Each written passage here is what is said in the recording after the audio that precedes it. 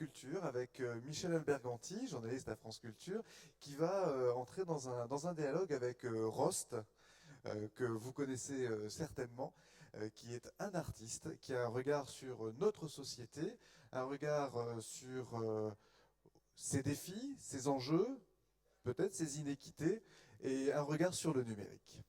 Michel, Rost, c'est à vous. Bonjour à tous. Oui, alors on a une chance assez exceptionnelle dans ce type de conférence, c'est d'accueillir un artiste, comme vient de le dire Sébastien, et un artiste qui va ouvrir une table ronde, enfin qui va être le préliminaire à une table ronde sur l'exception culturelle française et la culture numérique qui nous est demandé de réinventer aujourd'hui à la lumière de ce qui se passe, de la pratique réelle de la diffusion de cette culture. Alors, Rost est un artiste engagé, comme vous l'avez écrit sur le programme, un artiste, c'est-à-dire un slammer, mais également un écrivain, également un président du collectif Banlieue Active, donc quelqu'un de très engagé dans la vie de la société, pas uniquement à travers son art, mais aussi à travers de multiples activités.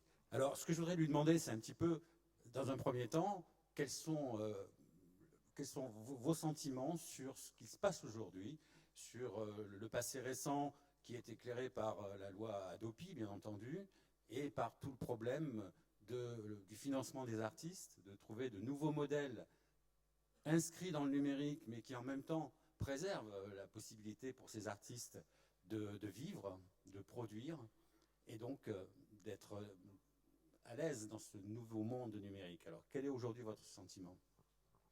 Bonjour, donc ravi d'être parmi vous pour ce débat qui est très important parce qu'on est quand même dans un changement de société et de mentalité depuis un certain temps, mais on a du mal à s'adapter, à trouver l'équilibre qu'il faut pour que les artistes puissent vivre de ce qu'ils font. Et en même temps que les gens, les internautes, les gens qui ont envie d'écouter de la musique puissent le faire en toute transparence et en toute liberté. La loi Hadopi, de toute façon, elle est déjà dépassée depuis bien longtemps. Je pense que ces questions n'ont pas été prises en compte à temps.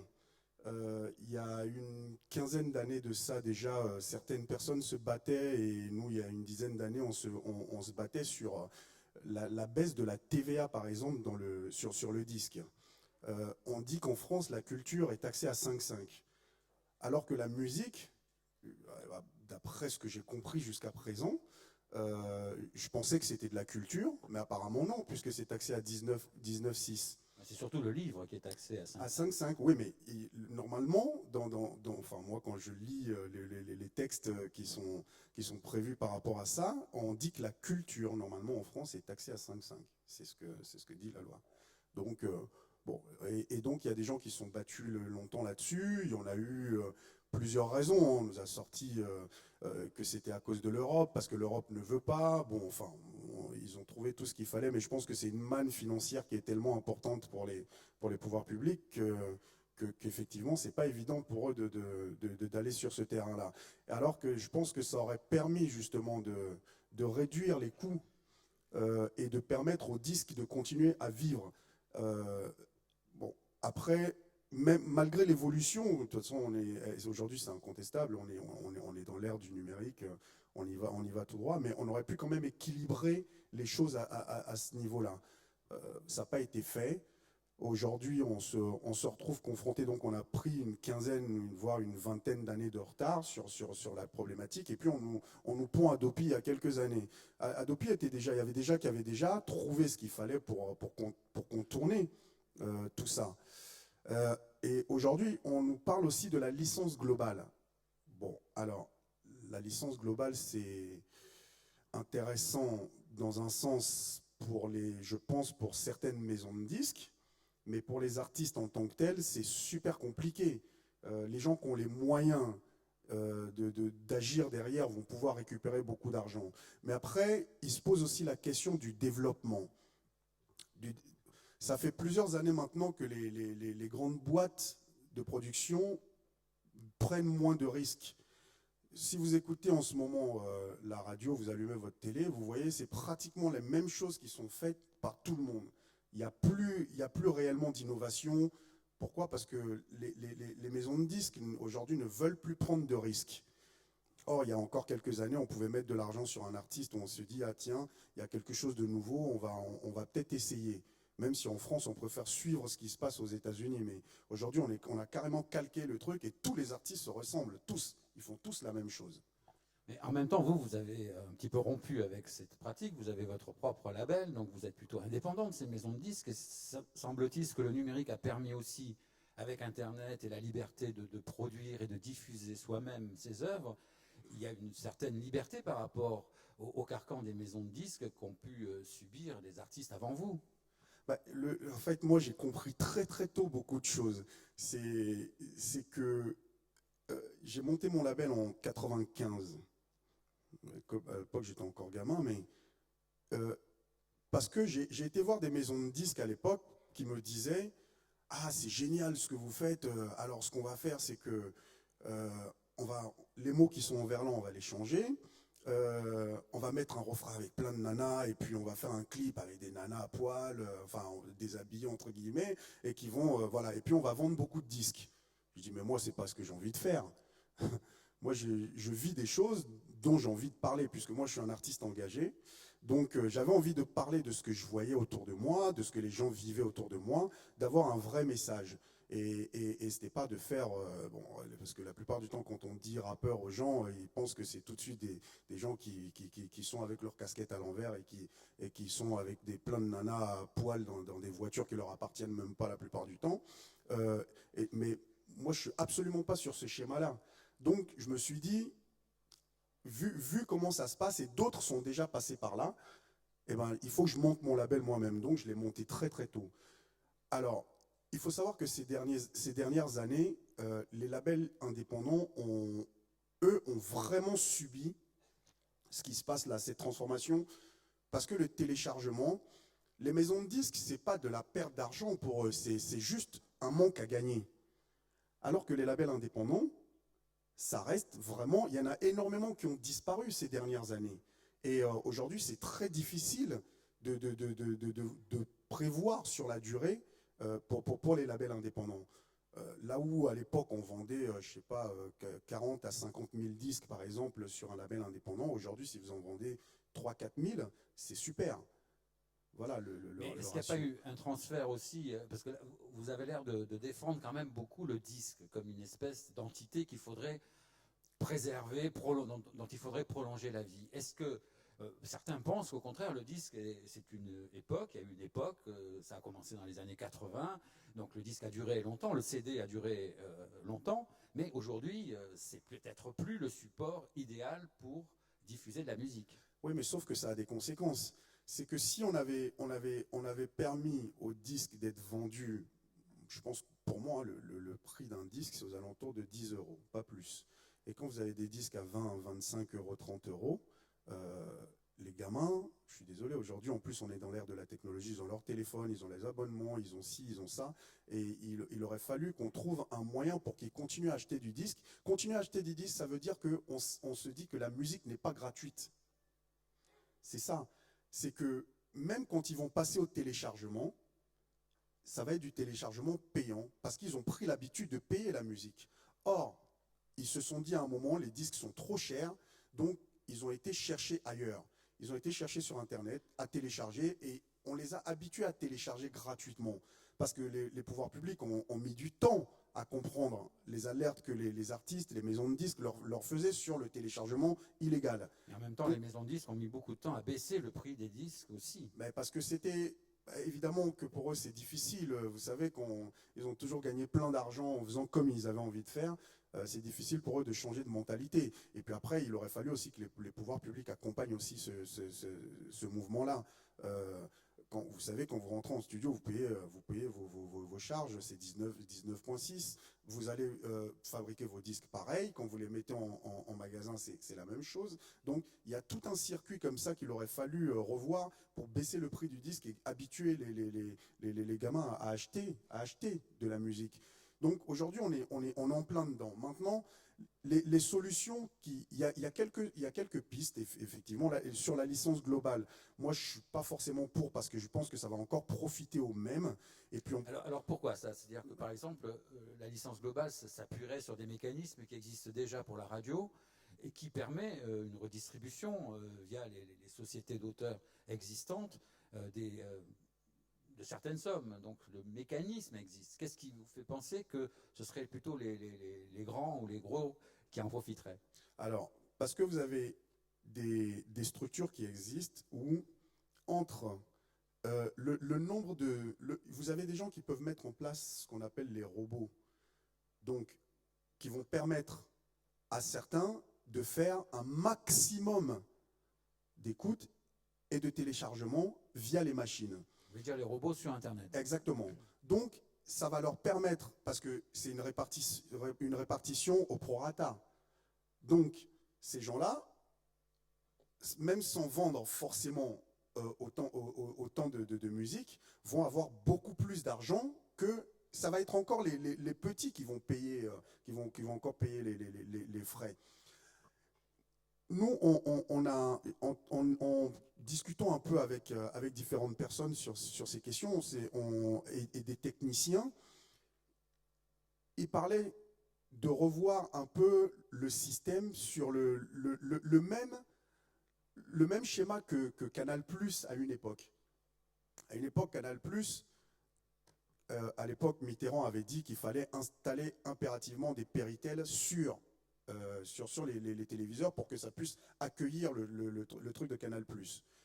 C'est comme ça. De toute façon, le téléchargement, on ne l'arrêtera pas. Le piratage, pareil, ça a été exactement la même chose pour Canal, mais il y a un téléchargement illégal qui peut être acceptable. Et ça passe par les programmations qui vont être faites aujourd'hui. D'ailleurs, aujourd'hui, comme on est en plus avec les gens dans le numérique,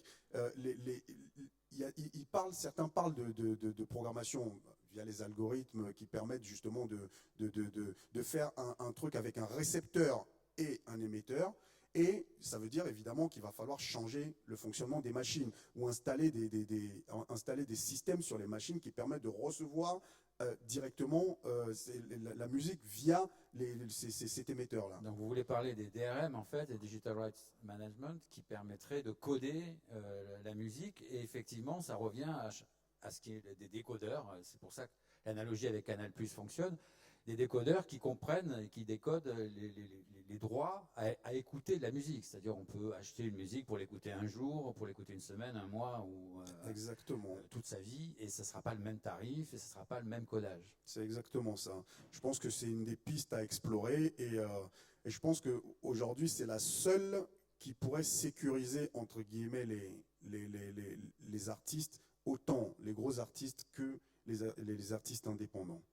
Sachant que toutes ces protections, évidemment, sont contournables. Mais de toute façon, tout ce qui est fait par l'homme est contournable, par définition.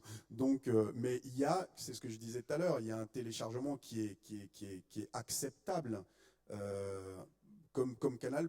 Canal+, je veux dire, enfin, moi-même, j'en ai eu à un moment un Canal+ piraté. Il y a des gens quand ils n'ont pas les moyens. Je ne voulais pas vous poser la question, je préférais que ça soit vous qui le disiez spontanément. Mais bon, parce qu'il y a des fois, à un moment, quand on n'a pas les moyens, on essaie de trouver. Mais c'était toujours compliqué parce que ça changeait tout le temps comme ça changeait tout le temps au niveau de la clé. Et ben, si vous n'êtes pas spécialisé là-dedans, il est à un moment ou à un autre, de toute façon, vous ne pouvez plus. Donc, vous êtes obligé de prendre... moi, de toute façon, quand j'ai eu les moyens, je me suis abonné légalement. Mais il y a eu des périodes, effectivement, où vous n'avez plus accès à Canal+. Et donc, pour la musique, c'est exactement la même chose. Alors, plutôt que de faire des verrouillages de la musique, de chaque morceau, etc., donc c'est des systèmes très compliqués qu'il va falloir généraliser, ça va être très difficile. C'est pas si compliqué que ça. Il faut changer, comme vous dites, tous les lecteurs, mais à part ce détail, c'est quand même assez lourd au niveau du matériel, par exemple. Est-ce que d'autres pistes, comme celle de la taxation des fournisseurs d'accès à Internet, d'acteurs importants et qui aujourd'hui génèrent beaucoup d'argent, comme Google ou autres, vous paraissent des pistes, ou bien est-ce qu'on retombe dans la critique que vous faisiez tout à l'heure du problème de la répartition? Eh ben, c'est exactement la même chose. En fait, c'est ça qui inquiète les petites structures. Je pense que les grosses structures s'en sortiront toujours. Parce qu'eux, ils ont tous les systèmes qu'il faut, ils ont les gros artistes. Donc forcément, c'est comme la SACEM. La SACEM, c'est par définition, bon, ils essayent de trouver ils ont un moyen plus ou moins équilibré sur les répartitions, mais ceux qui s'en sortent le mieux, c'est souvent les gros artistes. Bon, ça fait partie du jeu, mais est-ce qu'on accepte ça aujourd'hui pour des investissements qui sont faits directement par des artistes indépendants? Le nombre de structures, de distributeurs qui ont disparu ces dernières années, c'est juste phénoménal. Phénoménal. Et si on ne réagit pas rapidement. Après, j'ai aussi un doute sur la volonté des pouvoirs publics aussi à trouver des solutions là-dessus. Pour eux, c'est peut-être pas une priorité. Mais je pense que si les choses continuent comme ça, bah, la création en tant que telle, petit à petit, elle disparaît. La preuve, on ne voit pratiquement plus que les mêmes choses aujourd'hui au niveau des radios et des télés. Alors vous avez réussi quand même à produire presque 25 disques 30, en ouais. une vingtaine d'années, c'est ça? Ou En 15 ans? 15 ans, 30, 15 ans. une trentaine de disques. Trentaine de disques. Donc avec un label indépendant dans cet univers numérique. Alors quel est le secret ou la méthode que vous avez utilisée pour arriver justement à survivre dans ce contexte actuel? Alors nous, on a la chance d'avoir toujours eu la même ligne depuis le début. C'est-à-dire que les gens qui achètent des disques qui sont estampillés par notre label, ils achètent un contenu parce qu'ils savent que le message, il y a un vrai message derrière, il y a des combats derrière. On travaille beaucoup, moi je travaille beaucoup sur les questions d'exclusion et la question des quartiers populaires et puis les sans-abri.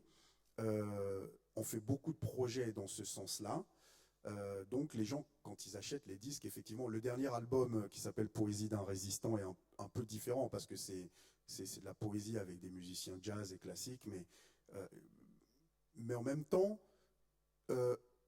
c'est parce qu'ils achètent un contenu. Donc ils suivent depuis le début. Et puis nos disques, en plus, sont des éditions limitées la plupart du temps. Et donc les gens les collectionnent. Et c'est ça aussi, c'est peut-être ça le secret de notre longévité. Mais on sent quand même une différence. Hein. Je vous le dis, là où à l'époque on vendait 40 à 50 000 disques, aujourd'hui on en vend entre 5 et 10 000. Donc on sent les répercussions de ça. Alors il semble aussi que la diffusion sur Internet, même quand elle est gratuite, peut avoir un impact sur le live, c'est-à-dire les concerts, etc.